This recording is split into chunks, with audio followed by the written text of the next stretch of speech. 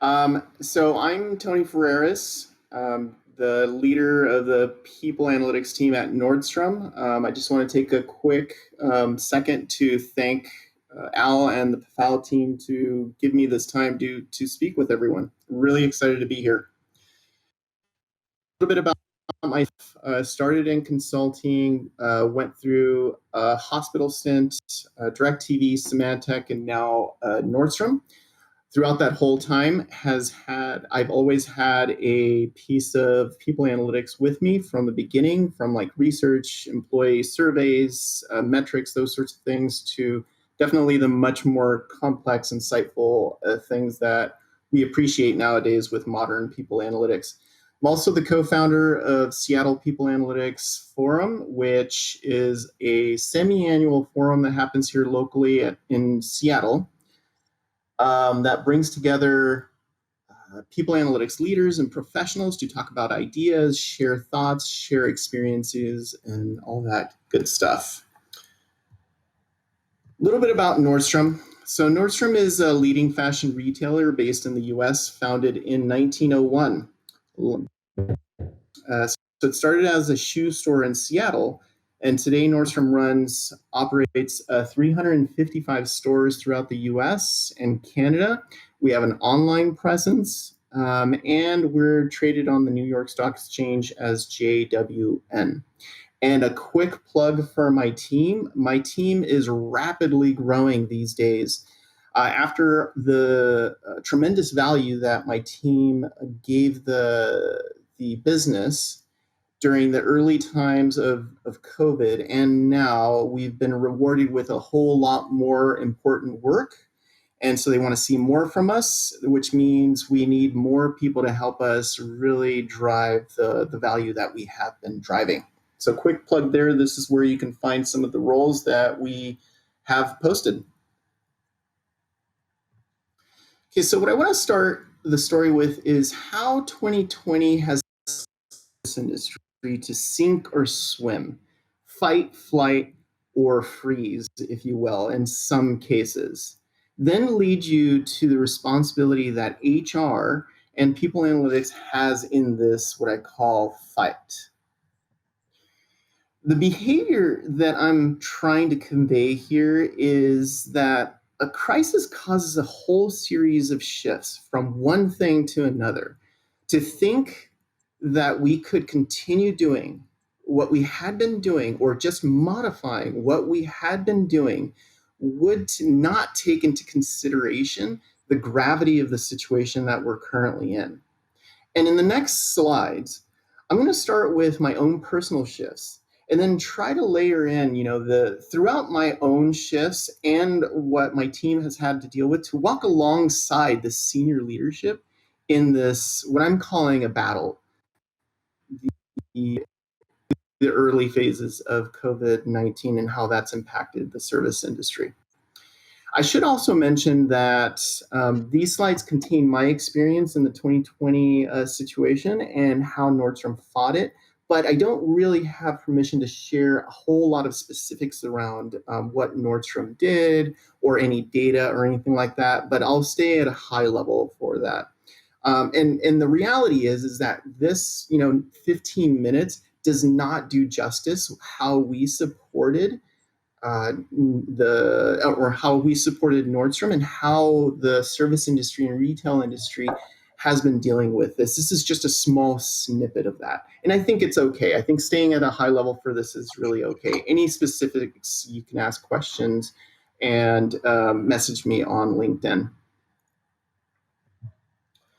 So let's start with my life leading up to COVID disruption. Before January, everything was business as usual. So I have the same experience as everybody else.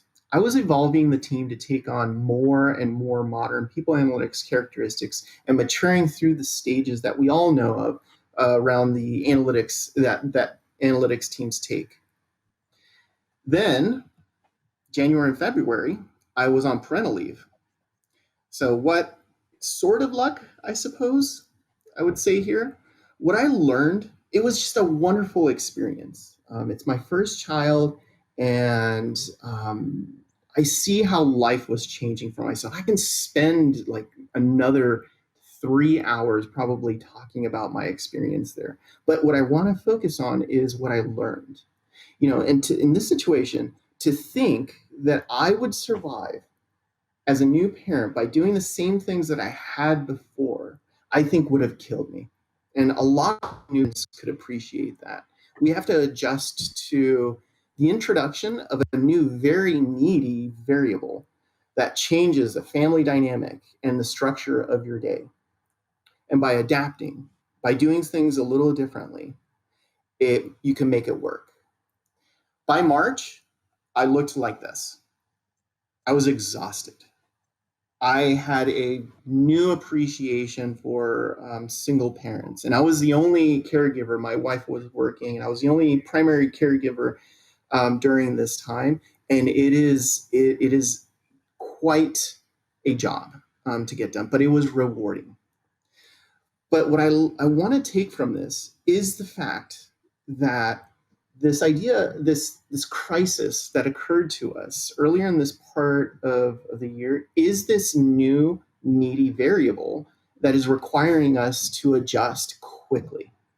So I came back from leave the week in March when all offices were closed or were being closed, and everybody started working from home. Just before or around the time COVID became a reality for really any in-person driven business, Nordstrom wasn't immune. Local governments began shutting down the service industry. We were voluntarily shutting down to keep our customers and our employees safe. This isn't specific to Nordstrom. The general concern it created led to a focus on essentials only. So things that Nordstrom was offering or other companies were offering were not necessarily considered essential. Its effect on in-person services and interactions, I don't have to tell you this, but the effect on it was tremendous. Just the concern and anxiety to being in close proximity to others and the chance of catching this deadly virus was big. And so obviously it changed things for us. The typical workspace was disrupted. So the prevailing question really was, what do we do about this?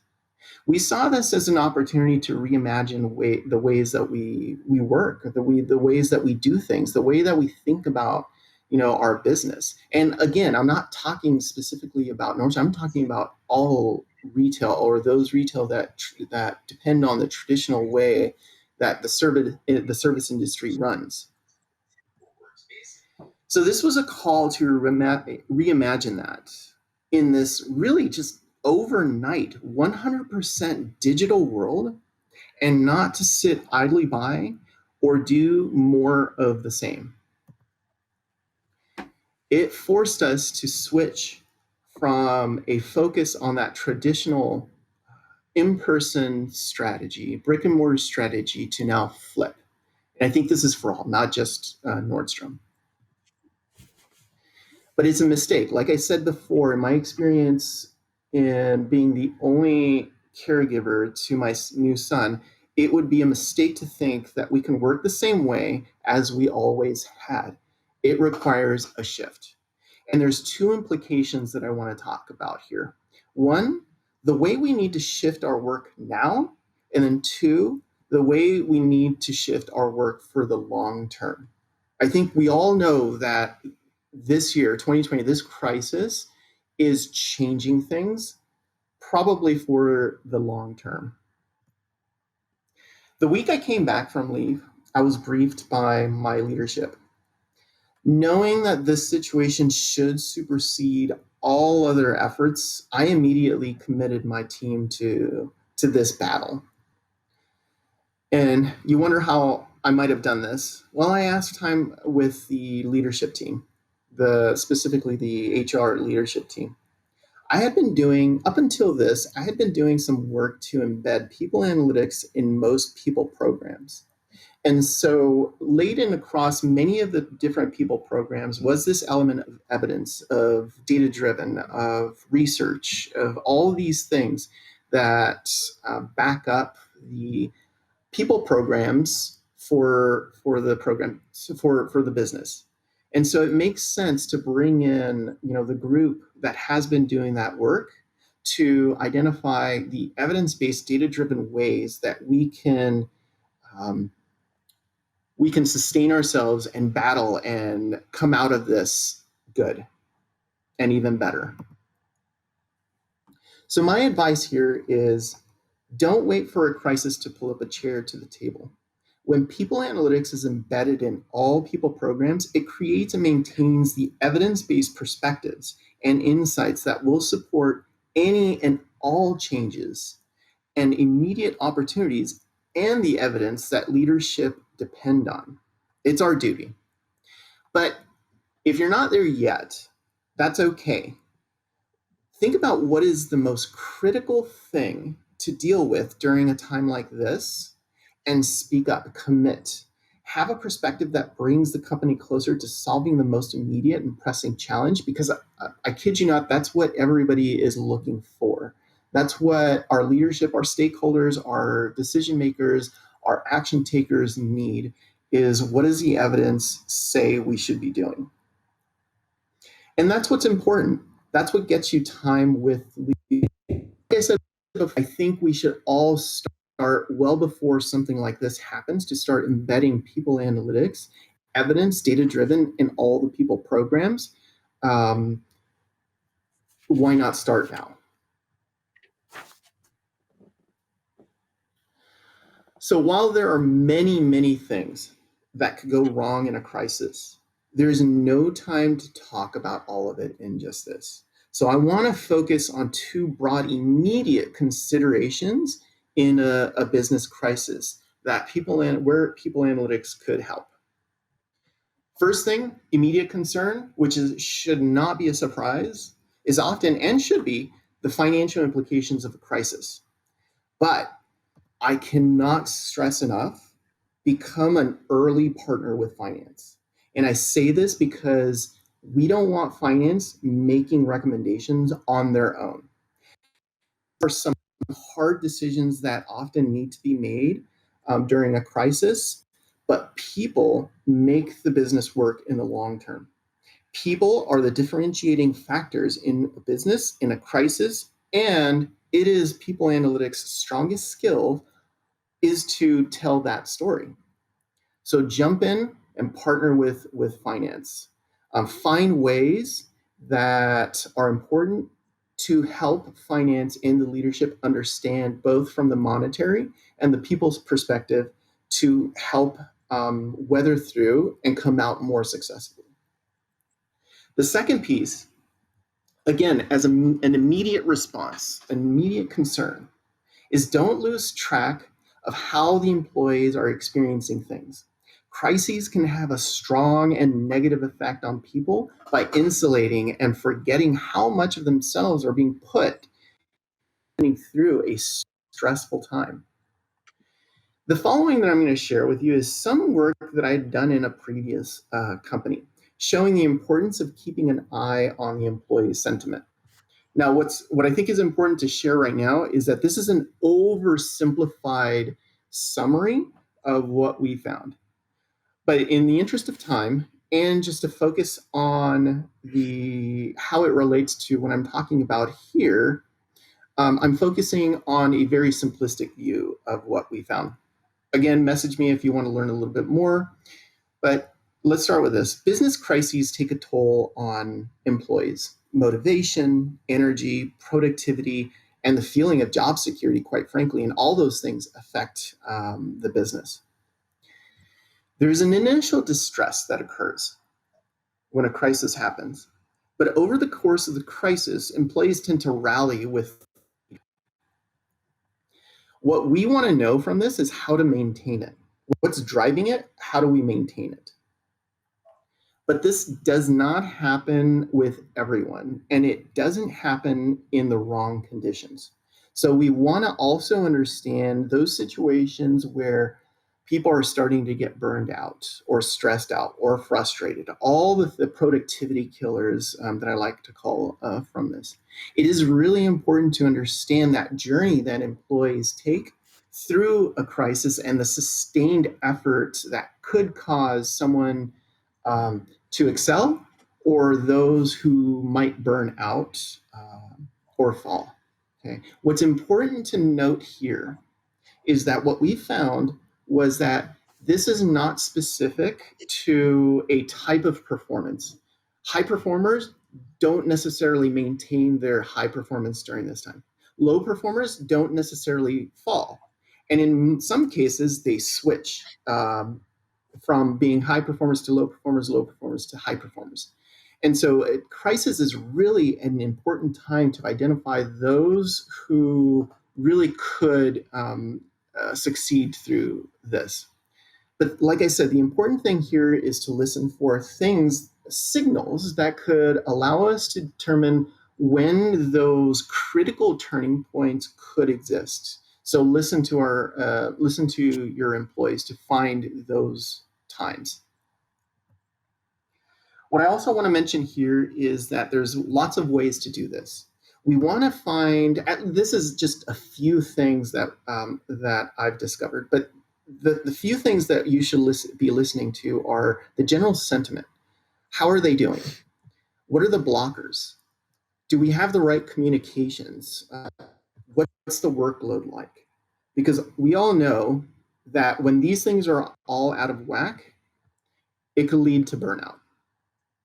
Ultimately, burnout and other things that are productivity killers can lead to turnover, complacency, mistakes, just productivity issues overall. And there's some easy ways to track this. And we did this at Nordstrom. We tracked at the early period of COVID. We wanted to make sure that we kept an ear on the floor of what's going on with our employees. And we had options. One of them being we can pulse frequently our employees with small surveys to get a sense of how they're doing. Now, if you can't do that, which was in the case of Nordstrom, because we didn't want to disrupt the focus of the employees during this very critical time, is you could take, like what Michael Moon had mentioned before, is we can start doing some passive listening. Take the ambient data, things in messengers or in case management systems, things like that. All this unstructured data that we already have out there over time.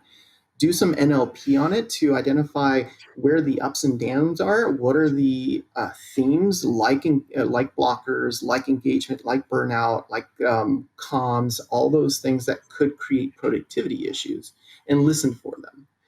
And that's what we ended up doing, to keep an ear out there and listen to our employees. I think Michael also mentioned there are vendors, there should be some vendors out there who should be focusing on things like ambient data and natural language processing to passively listen to what's happening. There's a number out there. There's some pretty good ones, not to try to promote, but there's a cool startup called Motive Software who's doing some pretty cool NLP, pretty good engine. But there is an easy way of doing it. That's no longer hard to do. When you can't do a quick survey over time, frequently over time. So the problem here is that these are only immediate responses. They're to help us get through that initial part of the crisis when we don't know what's happening or what will happen. So the type of new work that the team produced, and that type of new work that the team produced during that time was not especially innovative or excitingly complex data science. It was just what we needed to get done to get through it, understand what's happening, and help the stakeholders make the right decisions. For the long term, people analytics needed to support more than just that. We needed to look at how do we create a new condition or new sets or a new culture, a new way of working, and how do we sustain that? And quite frankly, there wasn't a whole lot that we had to do. Over the past few years, it was no secret that retail needed to change. Things were different, moving online, Things were quicker. The brick and mortar it was still important. It's still important, but there's this cyber aspect that we needed to adopt, and all retail should adopt. And so over the time, we've already been doing analyses around what does that look like for that new future.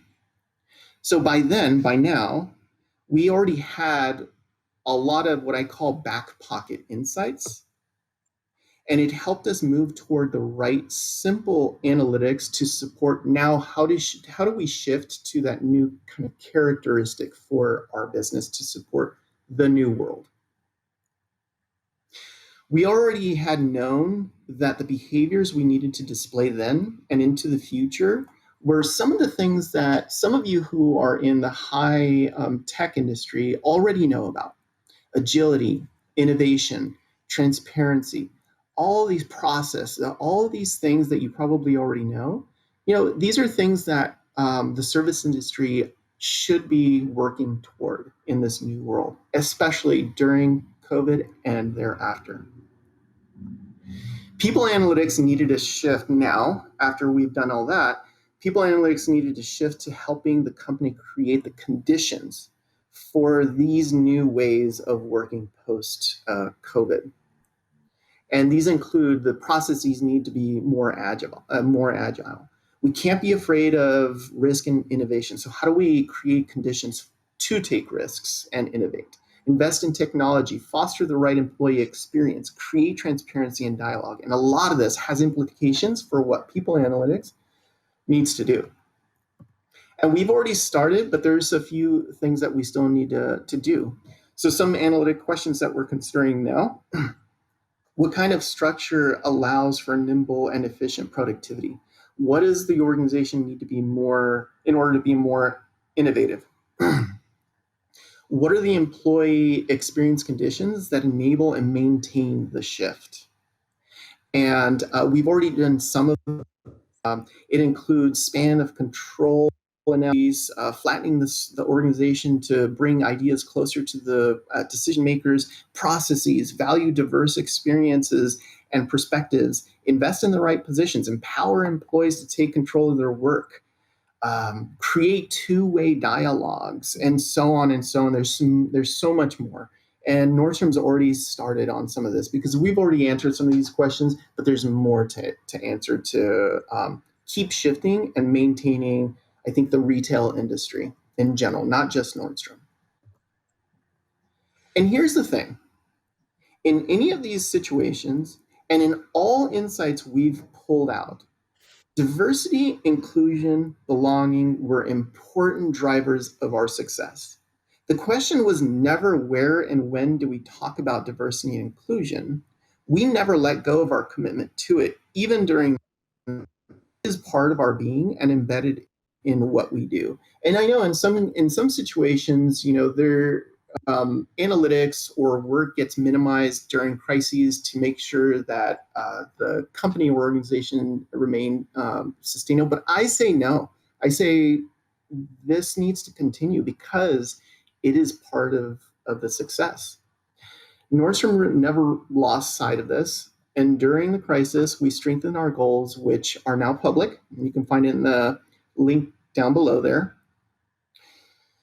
And our people programs all include an element of D&I. People analytics can measure the experiences, identify the challenges, find the barriers to a flowing, diverse leadership pipeline, and create data-validated goal recommendations. Again, go to this link if you want to learn about some of the other goals that we have, but these are some of them. So in the end, my suggestion is don't let a crisis distract from building a strong business and the people who will help build it. People analytics should shift quickly and commit and add immediate value to then shift to add the long-term value. Embed. People analytics has the ability to show the steps towards sustainability, strength, and engagement in a crisis and implementing new strategies. And that's what we ended up doing. And in the end, like I mentioned at the beginning, we had lots of new open recs because we provided a whole lot of value that our executive team saw, and they wanted more of it. And so now we're growing more than 100% in just the next few months. Thank you. Wow. Wow, Anthony, that was fantastic. I'll come work for you. Send over the Rex. We'll get it. Me and I do have time for one question, but before I throw that in, congratulations, Dad! I didn't know about that. That's awesome. That's Thank fantastic. you. Thank you. Boy, girl, Really may I exciting ask? times. Boy. Yeah, I bet. I bet. So, I'm going to send this to all the speakers, but this would be also a do. So these are people data for good socks. And so I'm going to send you a pair of socks. And if you could talk to, Oh. the operations folks about carrying that in Nordstrom's, that'd be great too. But here's my question. You've been chopping wood, as I like to say, in this field for a number of years, number of organizations, and I love the fact that you're emphasizing embed, and getting data and evidence built into all people programs. I think that's a wonderful message to take home, because you and I have both over the years looked at an HR strategy, and then there would be initiatives and owners, and then on the far right there would be, well, how are we going to measure it? It's like, Yeah. I got nothing. And if we actually are involved at the outset, then we have some creative ways that we can apply and actually answer that question. So it sounds like that's the approach that you've taken, that you're actually involved in these programs from the outset. Is that a fair statement? Yes, absolutely. To be fair to others out there, it is a journey for sure. Mm-hmm. But including that as part of your journey in maturing your people analytics function should also start from the outset. I can't stress how important it is.